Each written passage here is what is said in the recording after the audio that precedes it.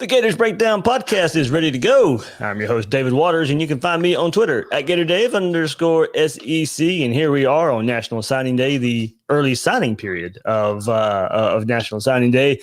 And to help me break it all down is Corey Bender from Gators Territory. And Corey, we threw this thing. We're gonna record a little bit later, but we went ahead and could fit it in a little bit earlier. So we'll get all the Gator fans out there caught up for this early portion of National Signing Day. No, absolutely, Dave. Yeah, and thanks for having me on. It was, I think it kind of all played out how we expected.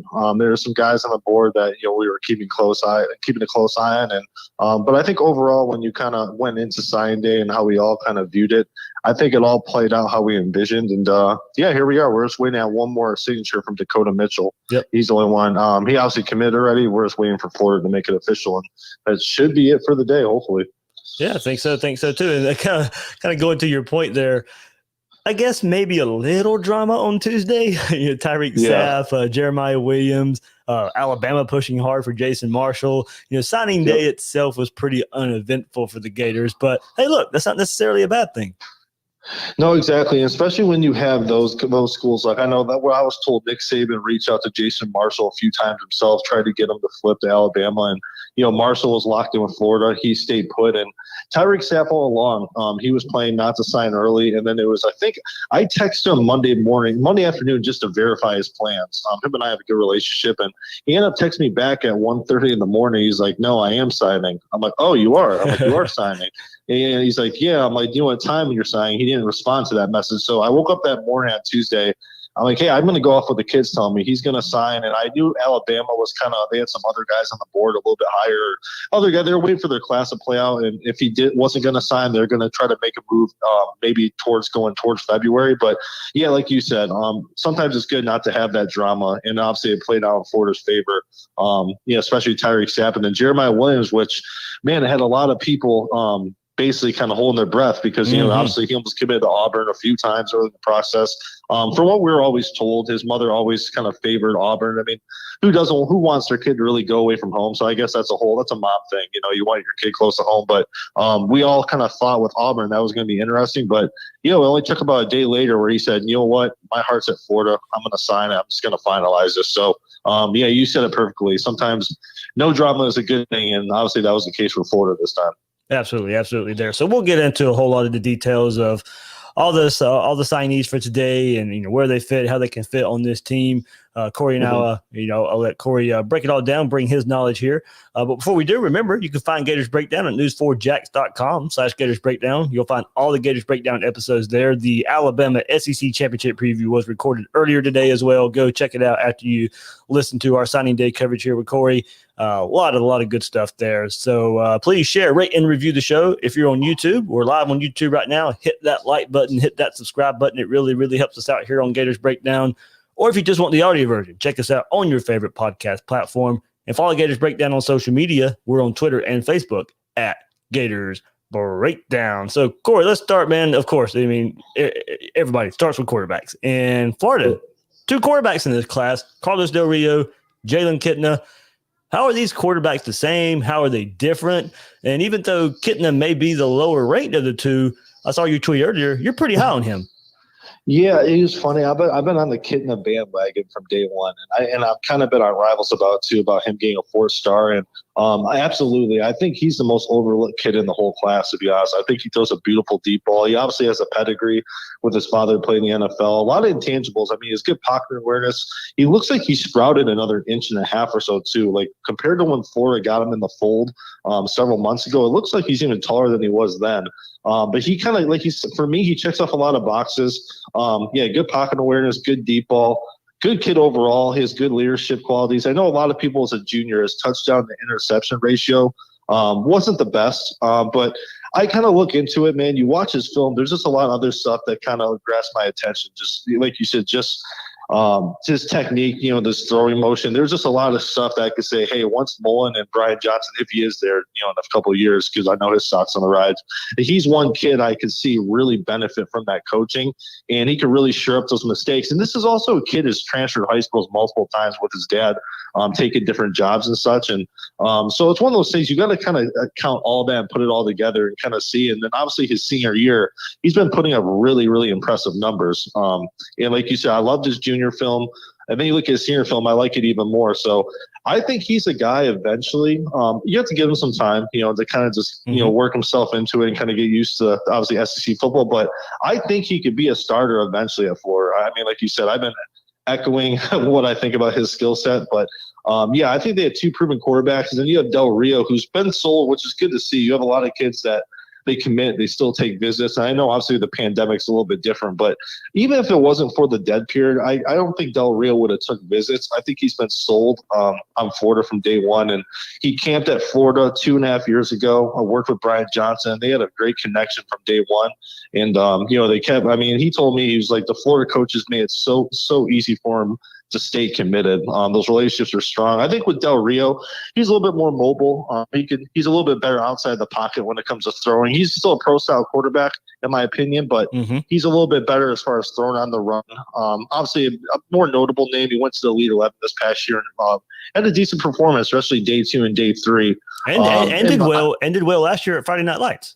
Yeah, absolutely. Yeah. And he's another kid as far as getting bigger. I remember when I first met him, when he first got that verbal offer, and I think he was around maybe 6'5", 6'1", and he's another kid that sprouted and had a good growth spurt. And both of those kids are just very good kids too, man. They're going to be great in the locker room.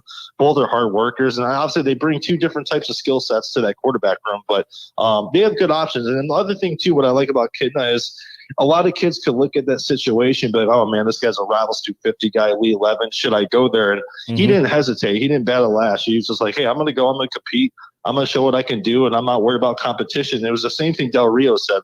Mullen hit him up and said, hey, we're going to take a second quarterback. We just want to kind of run it by you, see your thoughts. And both kids were very receptive to it. And I think that's a recipe for a good quarterback room. And I think those two already are starting to have a good relationship. So it's going to be fun to watch those guys battle out in the coming years. I think obviously they both have some good upside to them, and it's going to be fun. I think Florida did a good job, and two different quarterbacks, and I think they got two. And like you said, they got them both pretty early in the fold too. So there was no quarterback drama in the recruiting cycle late coming into signing day.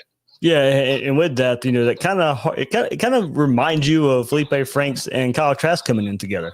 Yeah. No, exactly. One's under kind of underranked, and the other one's notable. And it's funny. They Kitna's from Texas too. Right, exactly. Yeah. So it's kind of funny because someone tagged me today. They're like, another Trask. I'm like, man, you can't put that on that kid. I mean, you can't say another Trask. But as far as being underranked, and just the situation, yeah, it's pretty similar. And Corey, one more thing about quarterbacks, and I've seen this talked about a bit, and it's been in my head a little bit too. You're mixing it up with different styles of quarterbacks, and what I mean, these two guys are different quarterbacks, but they're more known for their arm than they are their legs, and kind of compare that to a Emory Jones or Anthony Richardson, who are strictly in that dual threat mode, and then you got your Curry Brown from Valdosta, who's looks really really high on Florida's board for 2022 quarterback. You can really see Dan Mullen mixing it up with different style of quarterbacks. And I've seen the thought out there of he probably can't wait to get back to a quarterback that can run a little bit, or maybe more known for the Tebow or Dak Prescott style. But with these two guys in this class, it's more of the playing with the arm more than the legs. No, exactly, man. It's kind of funny. It just shows with Mullen as far as his versatility as a coach and what he can adapt to with the offense. And when they have Felipe Franks too, and then you bring in Kyle Trask, the way he's been able to, and then obviously Emory Jones, who can really run very well. I think it's just impressive with Mullen where he has. I agree. Like he kind of. I would think in his mind he likes like those quarterbacks who can get on the run and can kind of do a bunch of different things, get outside the pocket. But it just really shows to me what kind of coach they really are, Johnson and Mullen, as far as their ability to structure their offense to what they have on the roster, and also just being comfortable with that. It's not like they're coming in, they're taking over from an old staff and, hey, these are the guys we have to roll with. He's recruiting different types of quarterbacks and based off what they can do. And also, too, in Kitna and Del Rio, obviously they're more pass-first quarterbacks, but they're also not – they're not lumber right. feet. They're not guys that are going to kind of trip over their feet in the pocket. There's plenty of highlights too with Kidna. Obviously he's a pass first guy. He loves to step in the pocket, deliver the deep ball, really likes to lead receivers. But at the same time, there's plenty of highlights of him getting on the run and if he has to extend the play. But yeah, it's a good point. Mullen has different criteria. I feel like the way he's evaluating these quarterbacks, and I kind of feel like with these two, it's kind of similar because I know Del Rio, he is a pass first quarterback, but there are plenty of times, especially in the campsite too, he can definitely get moving when he has to. So it's going to be interesting how they kind of structure their offense. But obviously, it's more credit to Mullen as far as playing to their strengths and just shows how good of a coach overall he really is. All right, nothing at the running back position as far as pure recruits go, but we do have to go back a little bit. Florida has a lot of numbers there, but of course, the big headline a couple months ago, you get Demarcus Bowman in the transfer portal, who can still be considered a freshman next season because of this free year of eligibility, that everybody is getting in college football this year. Take us back a little bit and, what Florida's getting in Demarcus Bowman and even after his transfer from Clemson. Yeah, I mean, you're getting a super productive kid who's accustomed to playing top-notch competition at Lakeland. And he's not the tallest running back, the biggest kid, man, but the kid was a touchdown machine, very crafty in between the tackles. And also once he gets his paths north and south, he's a game breaker. And obviously Florida they were going all in for him when he was in high school. And obviously he goes to Clemson. I think he would have had a good career if he would have stayed with the Tigers. But obviously with him, man, arguably – he was easily a consensus 5-star everywhere. Really can do it all. He has reliable hands out of the backfield too. Very shifty. He actually has. I think the one thing he doesn't get a lot of credit for is his lower body, as far as how his ability to break tackles. He has a strong lower body, but also his ability. He has quick feet, the ability to kind of change direction, get inside the hole, and then break away and get his paths north and south. He's really. I would say the only thing coming out of high school, he wasn't the biggest running back, but as far as pure running back ability, he kind of checks off all those boxes. And it explains why he was a 5-star prospect and he was Florida's top running back target out of high school as well. So they don't get him out of high school. But I always thought all along, okay, if he goes to Clemson, it doesn't work out, especially early on when he hasn't shown much. Like, it's one thing if you go to a school for 3 years and you're not producing, and then it's like, well, do we want this guy? You know what I mean? But when you get a guy that early into their career, you know what you're getting. You scouted him just a year before. Like you said, man, Florida, right when he went in the portal, you knew everyone's all eyes around Florida. Because I always thought, man, if it doesn't work out at Clemson, I mean, the heck, man, just go back to Florida. He has the connections there.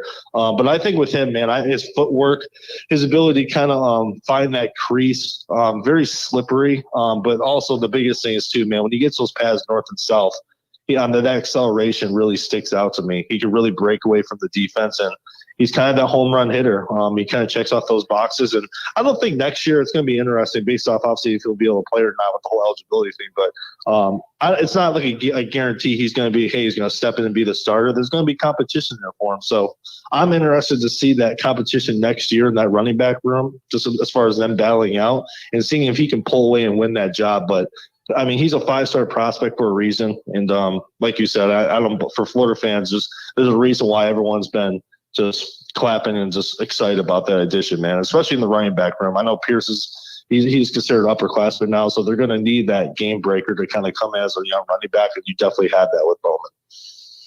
All right, and look, signed 2 wide receivers and 2 tight ends, and you hit Jacksonville here with wide receiver Marcus Burke and tight end Nick Elksness there for the Gators. So, getting some skill players in and getting back into that Jacksonville area. Yeah, I think with Elksness, and this is just my opinion, right? We have Wilcox rated higher, but I'm actually a bigger fan of Elksness, man. I like his frame. He has a frame that should really fill out nicely in Nick Savage's program. Really fluid, almost like a bigger wide receiver. He's very fluid. more of a pass catcher than a blocker, but I think he has that frame to really fill out and become that complete tight end. But he's another one as far as kind of with where I kind of echo with Kitna, as far as me being a fan of those guys. He's another one I'm just a big fan of. I think he has a good ceiling at tight end to come in. I think he can do some good things. And then with Marcus Burke, he's another one, man, a bigger receiver, about 6'3". I remember last year he had his breakout game versus Venice High School. I think he went for 225 yards and a pair of touchdowns in that game. And he's a bigger kid who can stretch the field. And then also not just that, I know I can't remember the opponent he played a few weeks ago where he had around 9 or 10 catches. He's done a good job of becoming more of a complete wide receiver underneath, running crossing patterns, really sticking his foot in the dirt and selling his routes. He's not just a lengthier receiver who can just stretch the field and I'm going to jump up and get it. He's really, in my opinion, transformed into a more complete receiver. He climbed nearly 70 spots in the updated Rivals 250, despite missing some time this year. I know a lot of people here at Rivals are big fans of him. And then you have Gage Wilcoxon, which I think with him here in the Tampa area, he's a quiet kid. He doesn't really speak to the media too often. And you look at his stats, they're not gaudy, right? He doesn't put up a lot. I mean, Nick had a much better stats up in Jacksonville, but when you watch Gage move and when he does make those plays, it really shows you, okay, this kid is a talent. I thought for a little while, even a year ago, that he might be a DN. He could also play DN, is what I should say. But at the same time, I mean, this year he showed the ability to really become a red zone target, really high point the football. He's another one too with a frame where he's about 225 right now. He'll probably add some quality weight, obviously, once he gets to college, just like Alchemist will. But I think with both those guys, especially Alchemist, I think they have some good tight ends in this class. I think Alchemist is more of the proven pass catcher out of the bunch, but I think we could be surprised with Wilcox over the next couple of years of the player he could be. He has some room to grow as far as pure traits as a tight end, route running and stuff like that. But they got some good guys in this class where I think in a few years we'll really understand. And same with Dejan Reynolds. I know you mentioned him with the receivers. He missed a lot of time as a senior, but as a junior, though, man, he put up some gaudy stats up in Georgia. And he's a bigger receiver, about 6'2", 210 pounds right now. And he's a quicker kid for that size, too. I mean, at his old high school, they use him on jet sweeps. He'd really stretch the field. He could really do it all. I mean, he kind of fell down the rankings a little bit just because he wasn't playing. And I was talking to Chad Simmons, basically who scouts him in Georgia. He put on a little bit of weight, not bad weight, but he went from about 190 to 210 over the past year and a half. And yeah, just as far as that, it wasn't quality weight, but just kind of just seeing like how that affects his explosiveness. So it's going to be, he's one of the question marks as far as where I think people know how good he was, but then he kind of like same type of thing with these kids. They're not really in the media as much, right? They're not, They're, he was sidelined. He's going to be a pleasant kid. I'm excited to see once he gets to Florida, because we haven't really seen much of him over the past 2 years. Corey, quickly, before we move on, one that's committed, Trevante Rucker from Ocala Vanguard. What's the story there? And is he, why didn't he sign today? Yeah, I talked to Coach Farmer over at Vanguard. From what I know, it's obviously with the pandemic, some of these kids have been affected with school and like transcripts and just with the whole it's an academic type situation. Okay. Florida, he wants it. From what I know, he wants to be a Gator. He wants to be in Gainesville. Is that going to happen? I'm not sure it will. I know they've been reaching out to Billy Gonzalez and trying to make it happen. I know Ole Miss is a school to keep an eye on with him if he does end up signing in February, which that is the plans right now. And same as his teammate Bryce Langston, they're both going through some similar things where I don't see Langston. I don't think Langston ends up in Gainesville. I really don't. Right. I think, but with Rucker, he wants to be at Florida, but right now it's 50-50. But if you told me if I had to pick today if he's going to be in the class, I probably would say no, but we'll see though. There's a lot of time left, and if it was up to Rucker, he'd be signing today, and he wants to be a Gator. All right, and Corey, look, man, it's pretty simple. Gators 7th in the Rivals overall rankings right now, but the one position I think a lot of people are going to look at is what Florida's doing up front on the offensive line, and so signed 2 Rivals 3-stars here with Jake Slaughter and Yusuf McGarble. What's the outlook there? And with some obvious playing time available there, why does it seem Florida has trouble getting the big time offensive lineman of interest, especially at the tackle position? Yeah, it's and the thing is too with Hevesy, and I have always said this too. He trusts his evals. He kind of whoever Hevesy wants. I think Mullen usually just lets him do his thing and goes after guys. And I think with Hammond, he's another one, right? He wasn't able to sign for various reasons. I don't want to dig into too much on his situation, but there's a lot of, like you said, you look at 3 guys who didn't sign today: Adrian, Strickland, Hammond, and Gardner. I know Gardner had more of a mock signing today just to kind of take part in the ceremony. It's just more unfortunate as far as I know a lot of people kind of go after Hevesy as far as his evals, but he's been doing it for a while, man. It's hard to kind of knock him as far as what he goes after. I'm sure when you look at the star rankings, you're like, well, why did they offer this guy where they could have offered this guy? The one kid that comes to mind is Caleb Johnson out of College Trinity Catholic, where he got an offer late. It was after like Strickland, which I like Strickland, but I probably would have offered Caleb Johnson. He's more of a project as far as, that's to fill out more. And people are kind of like, well, why did he get an offer before this guy? But it's kind of hard to bash how he does it. Like when you go look at the star rankings, it doesn't look good, but the guy's been doing it for a while. So I know Mullen trusts what he's going to do and the guys he's going to offer. But going back to the ones that are going to sign, right, the ones that are most important that fans want to know about, Yusuf, right, or North Carolina, I'm a fan of this kid. And I think overall, when the rankings come out again 2 months, I've been pushing for him to get a 4-star. I think the hang up with him is most of his film is run blocking. But damn, man, when he run blocks, man, he's fierce. I mean, he's a dog in the trenches, man.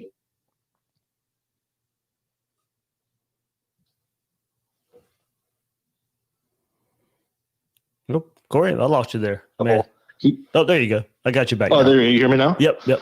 Okay, cool. Sorry about that. Yeah, when he gets to the second level, though, man, he punishes defenders. I think he's a guy who could play tackle. But if you had to say where he's best suited for his skill set, I would probably say guard, but I only say that because he has limited film as a pass blocker. I think that's the kind of unknown with him, like how good. But the thing is, his footwork's good. He has quick feet. You know what I mean? And that translates well to being a pass blocker. But he's the guy, I think, once he gets to Florida, I think he could be a starter at Florida, after a couple of years. I just feel like he fits what Hevesy wants in the trenches, a dog who could really just kind of go after it, who just puts his head down and fights to the whistle. And that's one of those guys I feel like overall that he's a 3-star, but in my mind, he's a 4. That's why I kind of view him. And Slaughter, he's a Hevesy type too, man. And I watched Slaughter's film too, man. I was actually, a lot of people when they offered him, they're kind of like, oh, why we offer this kid? And they're kind of underwhelmed. But I see a guy with kind of a decent ceiling. I feel like he isn't even close to where he's going to be in a couple of years. He has a good, decent frame. Gets to the second. I think he's versatile to play center or guard. A guy like you said, I think you have to give him some time to kind of, work his way into SEC play. But he's a guy as a redshirt sophomore, junior. It wouldn't shock me if he had a starting position. You know what I mean? I feel like he has room to grow. And another guy just kind of puts his head down, clocks in, and goes to work. And those are the type of guy Hevesy likes. The guys that don't complain and who just want to come in and work. And yeah, those are 2 guys. And like you said, though, I think when you look at this class overall, it's kind of underwhelming on paper, as far as stars and seeing the 3 guys who didn't sign today for various reasons. The one kid to keep an eye on, though, if he does get an offer, I'm sure, Dave, you know this too, but Austin Barber at Trinity Christian, I was told if he did get an offer, he would likely jump on it. I like his film. I mean, I do. I think he's a big kid in the trenches. I like him a little bit more in Strickland, to be honest with you. I like Strickland. I think Strickland's a good player, but he's a kid to keep an eye on as far as being another addition to this class. If there's going to be an offensive lineman added to it, other than obviously we can talk about Tristan Lee after, but Austin Barber's one to keep an eye on. He's Marcus Burke's teammate at Trinity Christian, and it wouldn't shock me eventually if, based on where the numbers are, if he did end up getting an offer, and if he did, there's a good chance he could be in the class. So we'll see what happens with that. All right. Corey Bender from Gators Territory joining us right here on Gators Breakdowns. We switch to the other side of the ball. Now, Florida did attack the defensive line hard and with some good results here. 2 rivals, 4 stars, one really high on Tyreek Sapp, Desmond Watson being the other 4-star, adding in Justice Boone and Christopher Thomas. And the Gators got some beef up there at the defensive tackle and defensive end. Yeah, I'm a big Desmond Watson fan, and I think with him, he's another guy. It kind of reminds me of Ethan White when he came out of high school. There's some work to do as far as his frame, but I think overall a lot of that weight's going to come off as soon as he kind of gets to campus and gets in the strength and conditioning program. And for a kid that size, he's pretty athletic. He can bend, he can get his shoulder. He played. When I watched him at the camp circuit before the pandemic hit, I saw him at 2 or 3 camps. He didn't lose a single repetition in one-on-ones. And it's not just because he's that big. I mean, he was actually using a slim move, bull rush. He was putting an offensive lineman on their back. And you could just tell he has a lot of physical potential.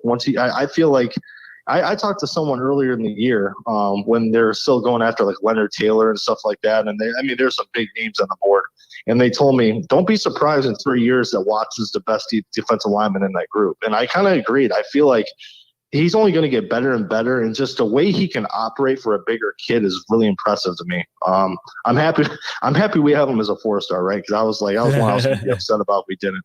But yeah, then you have Chris Thomas down in Fort Myers. Another kid, another big body, about 6'6", 275. Another kid where he's pretty crafty. I think he has a little bit more room to go. Kind of has to work on his explosiveness and some more go-to moves, but a guy that has some potential. A versatile body too. Can probably play some strong side DN if needed, or you can put him in interior. And I think that's the thing with Florida. They get a lot of versatile bodies in the trenches, guys that can slide up and down the D line. And I think they obviously had that with him. Obviously, there's just a few other kids too we can run over, like Justice Boone. Some people, what's funny with Boone, he's another kid. I think he's obviously a strong side DN. I think he's about 245, 250, about 250 right now. I think he could play around 275 when it's all said and done. He'll be a strong side DN, decent hands, fairly athletic, has a decent first step. A lot of different type of defensive linemen in this class, a lot of different traits and stuff like that. And like you said, no, they definitely didn't disappoint. I know early on when they didn't get Leonard Taylor and some other names, but to me, he's a big name, understandably so, 5-star, but I kind of like this is a good group, though. You got a good handful of kids that can come in and you can work with over the next couple of years and see how they pan out. And I definitely think if you're a Florida fan, you definitely can't be disappointed. And I think with Chief Borders, too, you can give me your opinion on this, too. I think he'll play with his hand in the dirt. I think he'll be eventually a strong side DN. Because he's a big kid, man, and I think an outside linebacker, he's good. But as far as fluidity, as far as especially once he starts putting on weight as he gets older, I think his body frame screams defensive end to me. I think he'll be playing with his hand in the dirt. So everyone lists him as a linebacker, but you can almost consider him as another defensive lineman too. So it's definitely a good group. Well, Corey, I'm glad you went there. I was definitely going linebacker next, of course, and even at linebacker for the current Gator team, they're kind of relying on some tweeners there at linebacker. DeJuan Black, Amari Burney get a lot of playing time there as, kind of those tweener guys. In this class, you mentioned just Chief Borders, 6'4", 230, Jeremiah Scooby Williams, 6'4", 225. So you're saying maybe even Chief Borders doesn't necessarily become that traditional linebacker that probably Florida desperately needs. So, what's the layout there in this current class? Are we looking at maybe somebody like DeJuan Black who can come in and play? I know he's listed as a DB, but can he come and play more linebacker than defensive back? Is Florida in need of some true linebackers? Are they getting it here in this class? From what I heard recently, that's the plan with Black. I heard actually inside linebacker with him, but I think honestly with his athleticism, you can almost put him at safety if you want to, just because he has that freakish size and athleticism combo. But I heard as of late, he's like they're kind of looking at him to play linebacker and go. And with Borders too, I remember when I interviewed him when he committed, and this is last year, obviously, he was saying that Grantham told him, "Hey, he sees him with his hand in the dirt," and he was like, okay, I'll do whatever you guys need me to do. But, a lot of kids want to play in space. That's like, it's almost like playing receiver, or like kids want to play in space and have the flashy position. Those two guys, it's kind of been known to them as far as like they could play different positions based off where their ranking is on Rivals right now. But with Jeremiah Williams, I'm a really big fan of him, man, because he's a legit 6'4". As far as being a pure linebacker, his change of direction is pretty impressive to me. He can rush the passer. You can almost put him at buck too, because he has good acceleration off the edge, does a good job of dipping his shoulder and turning the corner. But also his ability to backpedal, change the direction, read and react to the football. He's like a pure outside linebacker to me, and I think holding on to him was crucial, especially like you said with this class. Because you have a lot of tweeners, like you said, DeJuan Black, he's kind of an athlete on defense, you can kind of play him in different spots. But as far as being a pure linebacker, it's hard to call him that, So Corey, I'll tell you one reason I'd like to see him right there. Florida needs some leadership at that position too. True. Yeah. Absolutely. I agree with that. And, he seems, the story with him, and it kind of got finalized today for Florida. Great story with him ending up at Florida finally. Yeah, no, exactly. Yeah. So I think with him too, just he's like you said, man, he's hungry. All the stuff he's had to go through from going to JUCO and committing a few times and waiting to get here. I think he's a guy that'll come in with Jawan Black. And I was saying that as far as like instant impact guys, I feel like Jawan Black's almost right at the top of the list for me. I just feel like, because I mean, like you said, I mean, this past year at JUCO, well, not this year, but last year in JUCO, he put up some gaudy stats, man. He was fluid in space, and just you don't really see those hybrid defenders that are that big, that fluid in space. And I feel like with him, he's hungry. He has a chip on his shoulder. And the thing is, he wants to be at Florida. And I know a lot of kids, you get a Florida offer, right? You want to be there, but it's different with him. Yeah. He's stuck with Florida through, no matter all the little obstacles he's had to go through, he's always stayed with Florida, no matter what. And recruiting on behalf of Florida, he was like always an unofficial member of the team. You know what I mean? Like even like last year, it's like, man, like if he doesn't end up at Florida, it's like this kid still bleeds the orange and blue. You know what I mean? This kid wants to be there, and I think that's important. And I agree. I think he's a kid that can come in and have some leadership at that position. And I think would he be a sophomore next year? I think, or would he be a junior? I'm trying to think as far as his graduation. Yeah, I mean, I would just assume, with the free year and everything, he probably, this year probably wouldn't have counted. So, of course, 3 years removed from high school, so he could leave after next year if he wanted to. But you still get another year with him. Yeah, it's not like, and the thing is too, after not playing his senior year, and I thought this was kind of neat to point out too. He obviously from transferring came down to Kissimmee, didn't play his senior year, and then he played the next year. He didn't have any rust. He came in and had a really big year. This year, same type of thing. Can't play because of JUCO, and a lot of people are saying, well, how is he going to come back? After not playing last year, it's like, well, he's already done it before. He didn't really show no rust after missing his senior year. And I think he can just come right in, and he's a mature kid. Like you said, he's a few years removed out of high school. This isn't like a 17-year-old kid. So, yeah, he's a kid that can come in. I think securing him in this class and getting him good to go was so crucial, along with getting Jeremiah Williams. I think both those guys were crucial signings for Florida.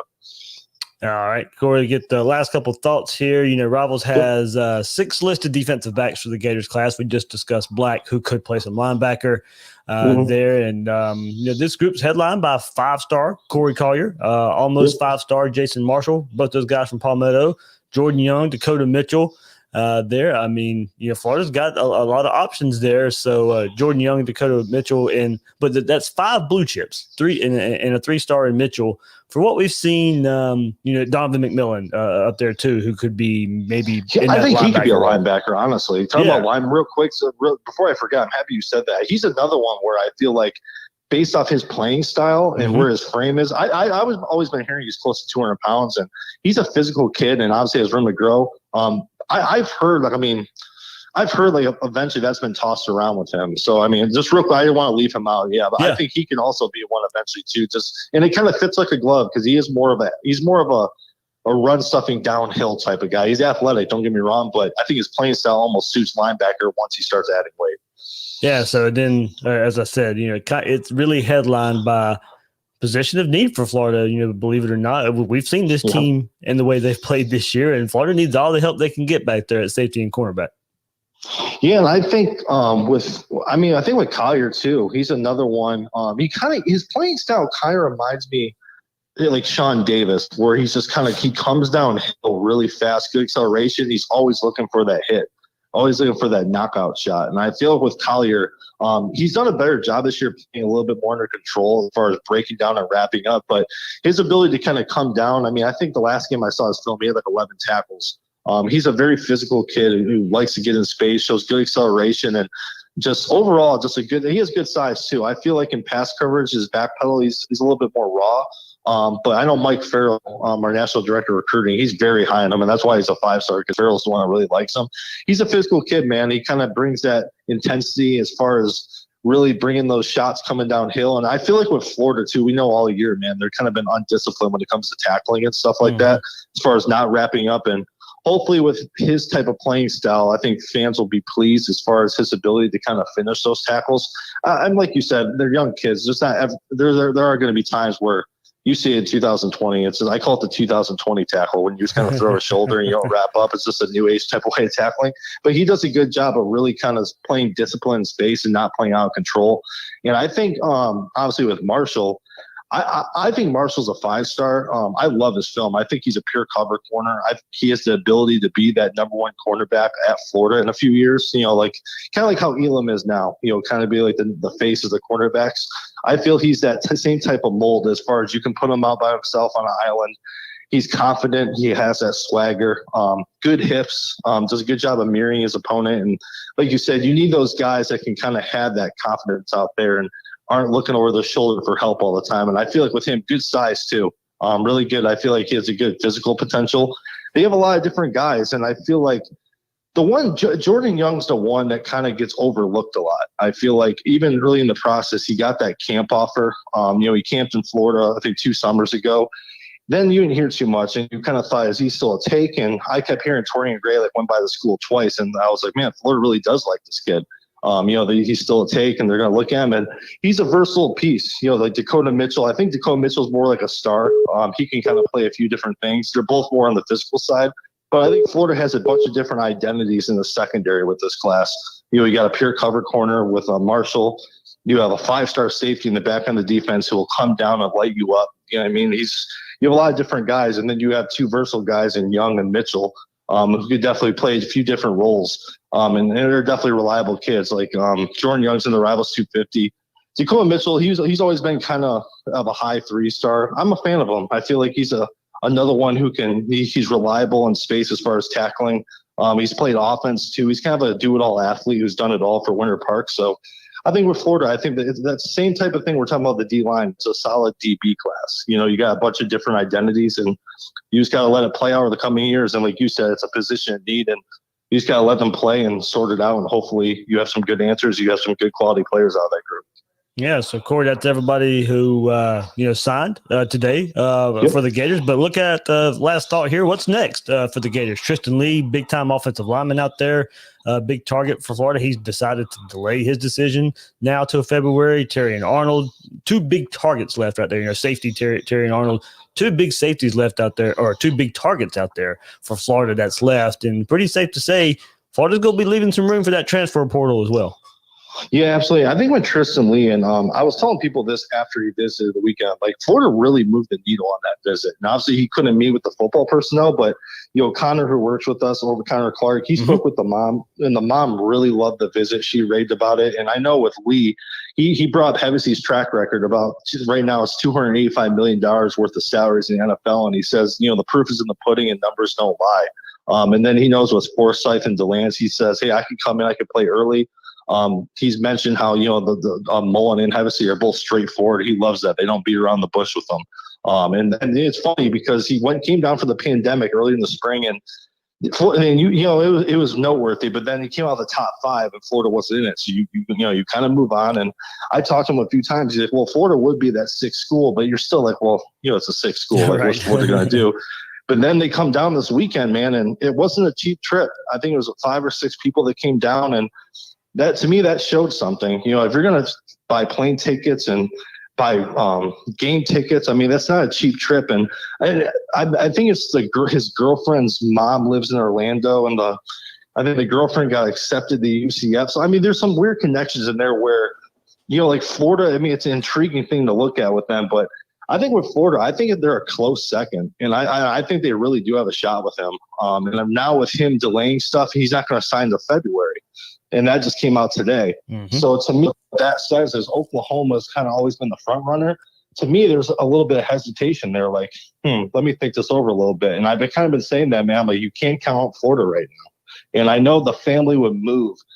From what I was told, they would move wherever he would go. And I think I was heard like the mother's in the medical field. So I think, for anyone transferring, I mean, it wouldn't be some process as far as so the relocation process wouldn't be that difficult. So, and there's a storyline with his little brother too, right? Yeah. Brother has an offer from Florida. He's a 2023 offensive lineman. So I think Florida, man, from the coaching staff, playing time, them being straightforward with him, and obviously the weather part. His mom told Connor about how it's 20 degrees back home.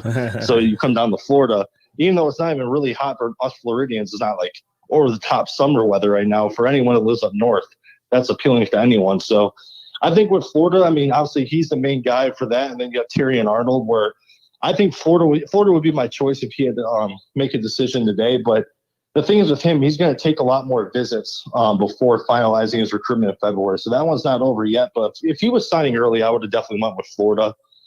We mentioned Austin Barber before as a guy maybe you can get an offer. So I think overall it's going to be interesting as far as the finish. I mean, most of the guys signed today. To me, he's make his decisions tonight. I highly, highly doubt he'll be going to Florida. I think all of us we're assuming A&M will be the choice. So I think right now Arnold and Lee are the two guys to really zero in on. And then, like you said, the portal as well. So the portal and those two guys are probably the primary focus going forward. All right, that'll do it for this wrap-up coverage of National Signing Day with Corey Bender from Gators Territory. Corey, man, I can't thank you enough, and of course, give your plug Gators Territory and what you guys are doing there, and big congrats on getting Nick. I got to have him on every Sunday here on the podcast, so I'm glad he's over there with you guys. Yeah, no, absolutely, man. Yeah, we're always pumping out content, man. Right now, we have tons of good stuff going on. I think just today we put out 23 different stories. We documented every single recruit on there. And also, too, for people out there right now listening, we have a free trial going, and it goes on for the next 5 days. You get basically free premium access to January 29th when you use promo code Gators NSD, and NSD, National Signing Day. So Gators NSD. Go to the website, type that in, you get free access for over a month. And right now, with the way recruiting is, that's a no-brainer deal. So definitely check that out. We got, I think, over 20 people just today, which is pretty awesome. So check that out. And like you said, we're always pumping out a full page of content day in and day out. And I think you definitely won't be disappointed. All right. That's Corey Bender from Gators Territory joining us right here on Gators Breakdown, wrapping up National Signing Day. The first part of National Signing Day, the early signing period there for National Signing Day for the 2021 class. And that'll do it for this episode of Gators Breakdown. I'm your host, David Waters, and you can find me on Twitter at GatorDave_SEC. Guys and girls out there, thanks for listening to this episode of Gators Breakdown.